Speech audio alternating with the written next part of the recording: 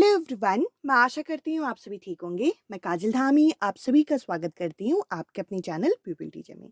आज की इस वीडियो में मैं आप लोगों के साथ 16 दिसंबर को जो हमारी सीटेट की ऑनलाइन परीक्षा हुई है, इसमें जो हमसे बाल विकास के 30 प्रश्न पूछे गए थे, ये मैं आपके साथ डिस्कस करने वाली हूँ।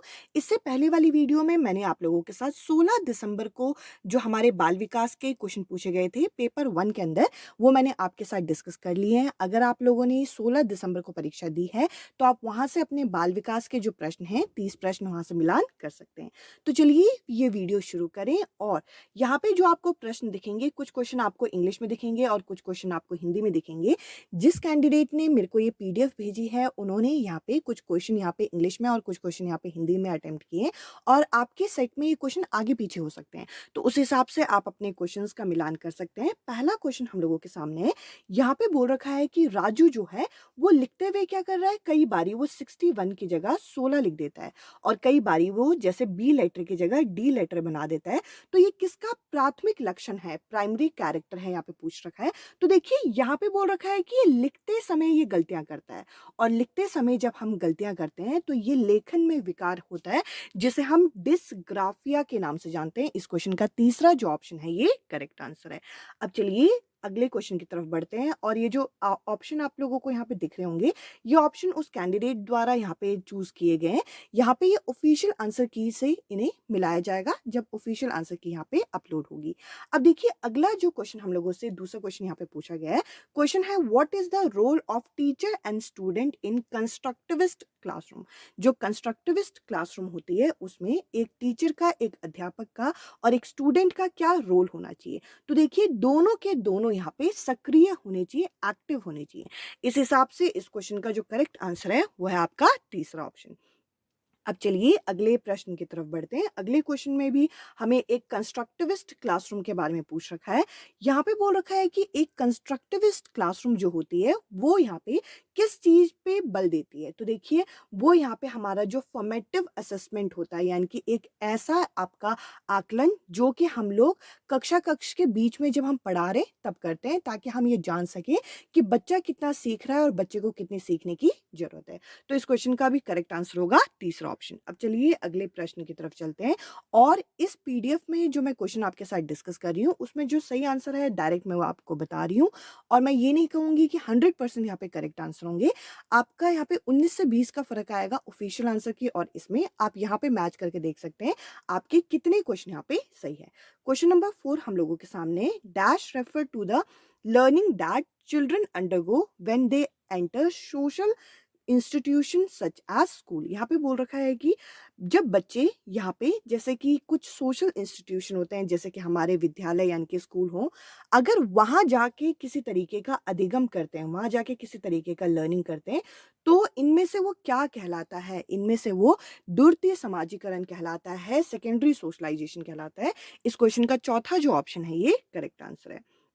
अब चलिए अगले प्रश्न की तरफ बढ़ते हैं। अगले प्रश्न में हमसे पूछा गया है how can a teacher enhance effective learning in her elementary classroom. यानी कि जो प्राथमिक कक्ष होती है उसमें जो शिक्षक होता है वो यहाँ पे इफेक्टिव लर्निंग यानी कि एक प्रभावशाली अधिगम किस तरीके से करा सकता है। तो देखिए अगर एक टीचर को यहाँ पे इफेक्टिव टीचिंग करानी है तो बच्चे की रियल लाइफ को यहाँ पे कनेक्ट करके हमें पढ़ाना होगा, यानी कि उसके जो बाहरी जीवन है उससे उसके ज्ञान को जोड़ के पढ़ाना होगा। इस क्वेश्चन का दूसरा जो ऑप्शन है ये करेक्ट आंसर है। अब चलिए अगले प्रश्न की तरफ बढ़ते हैं। यहाँ पे हमें दो अलग अलग कथन दे रखे हैं और दोनों कथन में आपको असर्शन और रीजन वाले यहाँ पे क्वेश्चन दे रखे हैं। तो देखिए कथन क्या बोल रखा है कि यहाँ पे शिक्षा जो है वो असफल हो जाती है जब बच्चों से यह अपेक्षा की जाए कि वो प्राप्त ज्ञान को ज्यों का त्यों यहाँ पे एक तरीके से उसे प्राप्त कर ले। तो देखिए यहाँ पे बोल रखा है कि एक तरीके से हम बच्चे को चीज़ों को रटने को बोल रहे हैं और ये एक तरीके से बच्चों के ज्ञान को असफलता की ओर लेके जाता है। तो ये कथन यहाँ पे सही है। अब देखिए इसका रीजन यानी कि इसका कारण क्या दे रखा है।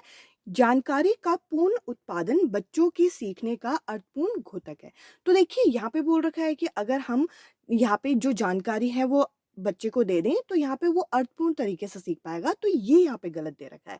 इस हिसाब से इस क्वेश्चन का चौथा जो ऑप्शन है वो सही होगा, यानी कि ए सही है कि बच्चों की असफलता कब आती है बच्चों में, जब हम बच्चों से उपेक्षा करें कि बच्चे जो कहते हो वो चीज़ सीख लें, ये सही है। बट यहाँ पे जो इसका कारण दे रखा है यानी कि रीज़न दे रखा है वो गलत है। इस क्वेश्चन का चौथा जो ऑप्शन है ये सही आंसर होगा। अब चलिए अगले प्रश्न की तरफ। यहाँ पे हम लोगों से पूछ रखा है कि इनमें से कौन-सा पूर्णतः आनुवांशिक द्वारा पूर्व निर्धारित होता है, यानी कि जो हमारी हेरिडिटी होती है उससे ये पूर्व निर्धारित इनमें से कौन-सी चीज़ होती है? तो हमारे आँखों का जो रंग है वो हमारा पूर्व निर्धारित होता है। इसमें से बाकी जो ऑप्शन है वो गलत है। बाकी चीज़ हम वातावरण के संपर्क में आके हमारे अंदर आता है। अब चलिए अगले प्रश्न की तरफ चलते हैं। अगला क्वेश्चन हम लोगों के सामने है 8वां क्वेश्चन। यहाँ पे बोल रखा है कि जो एक बाल केंद्रित कक्षा होती है यानी कि एक चाइल्ड सेंटर क्लासरूम होती है, वो हम किस तरीके से बना सकते हैं? वो अगर हम ऑप्शन देखें तो देखिए यहाँ पे बोल रखा है पहले में कि हम फ्रीक्वेंट टेस्ट लेते रहें ताकि बच्चों में डर बना रहे, ये यहाँ पे गलत है। इसके अलावा बच्चों में कॉम्पिटिशन कराएँ, ये भी यहाँ पे गलत है। इसके अलावा बच्चों के जो क्वेश्चन हैं उसको डिस्करेज कर दें, यानी कि बच्चों को हतोत्साहित कर दें, ये भी गलत है। हमें क्या करना है कि बच्चे को फीडबैक देते रहना है और बच्चे की परफॉर्मेंस, बच्चा किस तरीके से कार्य कर रहा है, बच्चा किस तरीके से आगे किसी चीज़ को सीख सकता है, हमें उसको यहाँ पे बताते रहना है। इस क्वेश्चन का 4th जो ऑप्शन है ये करेक्ट आंसर होगा। अब चलिए अगले प्रश्न को देखते हैं। यहाँ पे बोल रखा है कि वाइगॉट्स्की के सिद्धांत के अनुसार जो निज संवाद होता है वो क्या है? निजी संवाद, जो हम यहाँ पे प्राइवेट स्पीच करते हैं वो क्या है? यहाँ पे बोल रखा है कि जो जटिल कार्य होता है, अगर हम जटिल कार्य करते हुए खुद को यहाँ पे नियंत्रित करते रहें कि हमें वो कार्य किस तरीके से करना है और हम खुद को यहाँ पे समझाते रहें, तो वो हमारा निजी संवाद होगा। इस क्वेश्चन का 4th जो ऑप्शन है ये करेक्ट आंसर है। अब चलिए अगले प्रश्न की तरफ बढ़ते हैं। अगला क्वेश्चन है कि एक कक्षा में अध्यापिका भिन्न जातियों के समूह वाले अधिगमकर्ताओं के लिए समावेशी वातावरण की रचना कैसे कर सकती है? तो देखिए यहाँ पे टीचर क्या चाह रही है कि एक क्लासरूम में जो बच्चे हैं वो अलग-अलग जातियों से हैं, अलग-अलग समूह से हैं और उन्हें वे समावेशी वातावरण की रचना उन्हें करनी है, मतलब अध्यापक को। तो वो किस तरीके से कर सकती हैं? तो देखिए यहाँ पे अगर आप सारे ऑप्शन को रीड करेंगे तो पहला, दूसरा और तीसरा यहाँ पे सही है और चौथे ऑप्शन में यहाँ पे बोल रखा है कि बच्चों को प्रोत्साहित करना चाहिए कि वह स्वयं को मान्य पाठ्यक्रम के अनुकूल बना ले। तो देखिए यानी कि पाठ्यक्रम के अनुकूलन बच्चा खुद बनाने की बात करी जा रही है। तो देखिए ये यहाँ पे सही नहीं होगा। इसके अलावा 1, 2 और 3 जिस ऑप्शन में दे रखा है यानी कि चौथा ऑप्शन इस क्वेश्चन का करेक्ट आंसर है। अब चलिए अगले प्रश्न की तरफ बढ़ते हैं। यहाँ पे बोल रखा है कि स्पेशली एबल्ड चिल्ड्रन जो होते हैं, जो कि इंक्लूसिव क्लासरूम में उन्हें बेनिफिट हम किस तरीके से दे सकते हैं? यानी कि जो विशिष्ट योग्यता वाले बच्चे होते हैं, उन्हें हम समावेशी कक्षा के अंदर किस प्रकार हम उन्हें एक तरीके से यहाँ पे उन्हें लाभ दे सकते हैं? तो देखिए, यहाँ पर सबसे पहले तो हम क्या करें, उनके इंडिविजुअल गोल को यहाँ पे सेट कर दें क्योंकि हर बच्चा वहाँ पे भिन्न होगा। तो इस हिसाब से अगर हम देखें तो ऐसा ऑप्शन जिसमें हमें पहला दे रखा है वो तो यहाँ पे सही होगा। इसके अलावा हमें कोऑपरेटिव लर्निंग करानी है, यानी कि एक-दूसरे के बच्चे खुद स्वयं मदद करें, यानी कि ऐसा ऑप्शन जिसमें हमें पहला और तीसरा दे रखा है वो इस क्वेश्चन का करेक्ट आंसर है।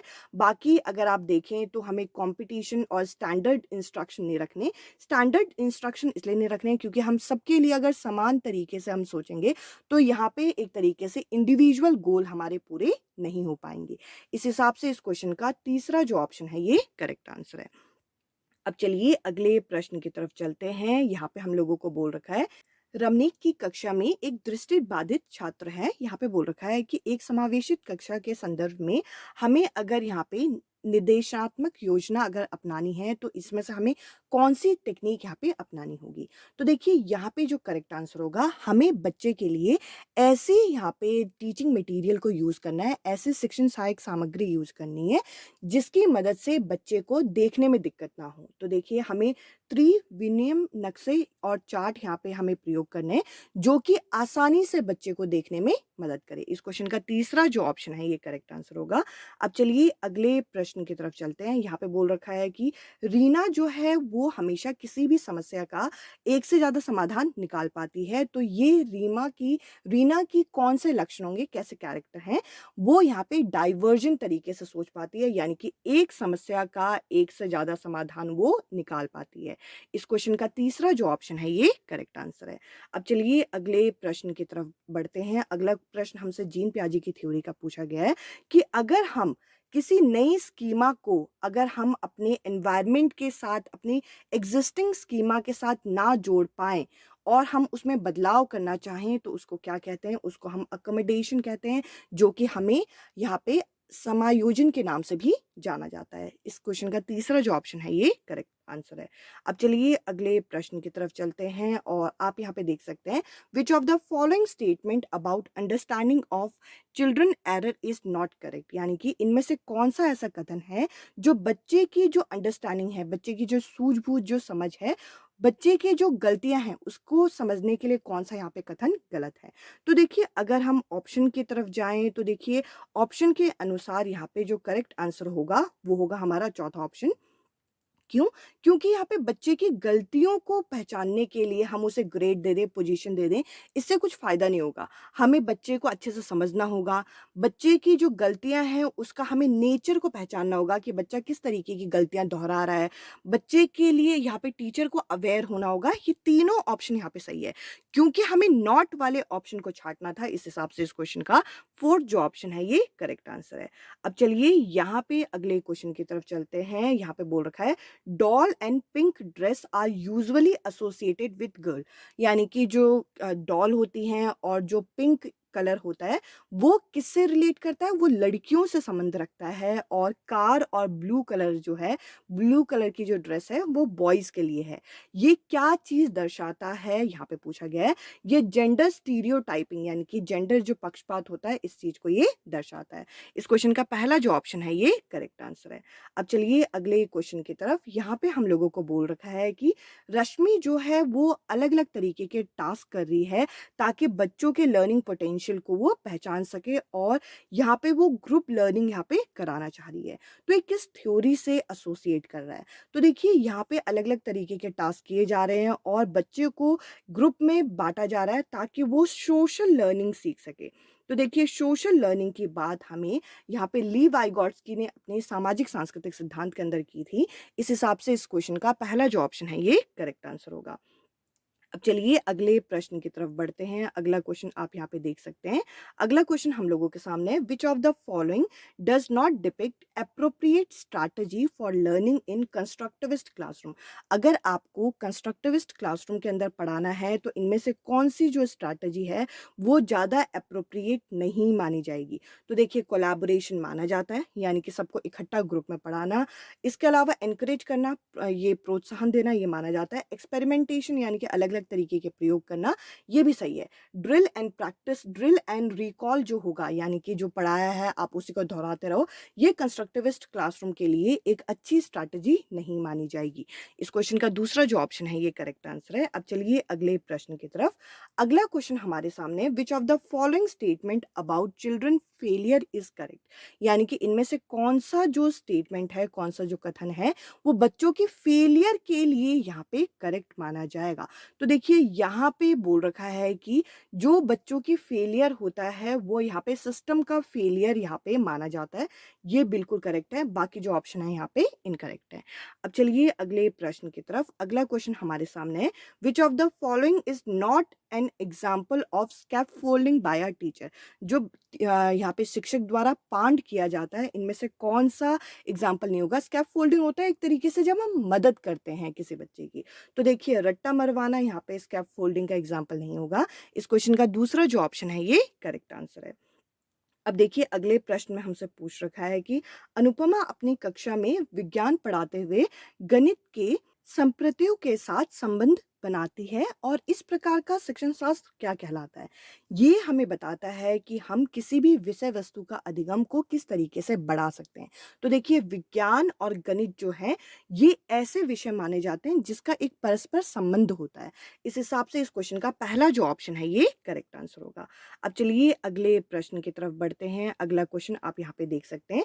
डेवलपमेंट यानी कि जो हमारा विकास है इनमें से क्या है? तो देखिए विकास क्या है इनमें से अगर हम देखें तो ये हमारा एक तरीके से मॉडिफाई हो सकता है, इसमें हम बदलाव कर सकते हैं। ये आपका यूनिडायरेक्शनल ये आपका यूनिडायमेंशनल ये चीज़ें यहाँ पे सही नहीं है। इस क्वेश्चन का करेक्ट आंसर होगा मॉडिफेबल यानी कि जिसको हम मॉडिफाई कर सकते हैं, जिसमें हम बदलाव कर सकते हैं। अब चलिए अगले प्रश्न की तरफ चलते हैं। अगला क्वेश्चन आप यहाँ पे देख सकते हैं। इस क्वेश्चन में हम लोगों को बोल रखा है कि एनईपी जो 2020 है, इसमें क्या प्रस्तावित किया गया है? तो देखिए इसके अंदर हम लोगों को लचीलापन लाना है और यहाँ पे बच्चे में वृद्धि लेके आनी है, ये चीज़ हमें बताई गई है। साथ ही साथ हम लोगों को यहाँ पे क्रिएटिव थिंकिंग के बात यहाँ पे की गई है, हम लोगों को क्रिएटिविटी लानी है, एक तरीके से विवेचनात्मक चिंतन की बात यहाँ पे की गई है। तो देखिए रट्टा मरवाना या फिर आप पाठ्यक्रम के विषय वस्तु को यहाँ पे एक तरीके से कटौती करना, ये चीज़ यहाँ पे नहीं बोली गई। इस क्वेश्चन का वो ऑप्शन सही होगा जिसमें हमें दूसरा और चौथा दे रखा है, जो कि हमारा दूसरा ऑप्शन। इस क्वेश्चन का दूसरा जो ऑप्शन है ये करेक्ट आंसर है। अब चलिए अगले प्रश्न की तरफ बढ़ते हैं। अगला क्वेश्चन आप यहाँ पे देख सकते हैं। क्वेश्चन में हम लोगों से पूछ रखा है कि how are children understood in a constructivist frame के अंदर बच्चों को हम किस तरीके से यहाँ पे समझेंगे? तो बच्चों को हम समझेंगे कि बच्चा एक तरीके से क्रियोसिटी बच्चे के अंदर होती है और बच्चा अपने वर्ल्ड को, अपने संसार को जानना चाहता है। यानी कि एक तरीके से यहाँ पे हम कह सकते हैं कि एक्टिव होता है, सक्रिय भागीदार होता है। इस क्वेश्चन का पहला जो ऑप्शन है ये करेक्ट आंसर है। अब चलिए अगले प्रश्न की तरफ बढ़ते हैं। क्वेश्चन नंबर 25वां। यहाँ पे हम लोगों को बोल रखा है अकॉर्डिंग टू जीन पियाजे के अनुसार डैश इज अ कॉन्सेप्ट, ये एक तरीके से कॉन्सेप्ट है, फ्रेमवर्क है that organise and interpret information, यानी कि किसी भी सूचना को किस तरीके से हम ऑर्गेनाइज करेंगे, किस तरीके से समझेंगे। यानी कि एक बच्चे को बताया जाए कि पेड़ के ऊपर क्या क्या चीज़ें होती हैं, मतलब पेड़ में क्या क्या चीज़ें होती हैं। तो बच्चा बताएगा कि उसमें पत्तियां होती है, उसमें फूल लग सकते हैं, उसमें फल लग सकते हैं, और बच्चा एक तरीके से इस तरीके से अपने माइंड में एक इमेज बना लेगा, ऑर्गेनाइज पैटर्न। और इसके लिए यहाँ पे स्कीमा शब्द का प्रयोग किया जाता है, जो कि हमें चौथे ऑप्शन में यहाँ पे दे रखा है। अब चलिए अगले प्रश्न की तरफ। अगला क्वेश्चन हम लोगों के सामने है, शिक्षिका की अपने विद्यार्थियों से उपेक्षा किस तरीके से होनी चाहिए, किस तरीके से वो उपेक्षा करें। देखिए अगर शिक्षिका यहाँ पे बच्चों से, विद्यार्थियों से अपेक्षाएं रखें तो उनके अधिगम से संबंधित रखती है। तो देखिए अधिगम किस तरीके से प्रभावशाली हो सके, इस तरीके से टीचर को यहाँ पे सोचना चाहिए, एक अध्यापिका को सोचना चाहिए। इस क्वेश्चन का पहला जो ऑप्शन है ये करेक्ट आंसर होगा। अब चलिए अगले प्रश्न की तरफ चलते हैं। अगला क्वेश्चन हम लोगों के सामने है।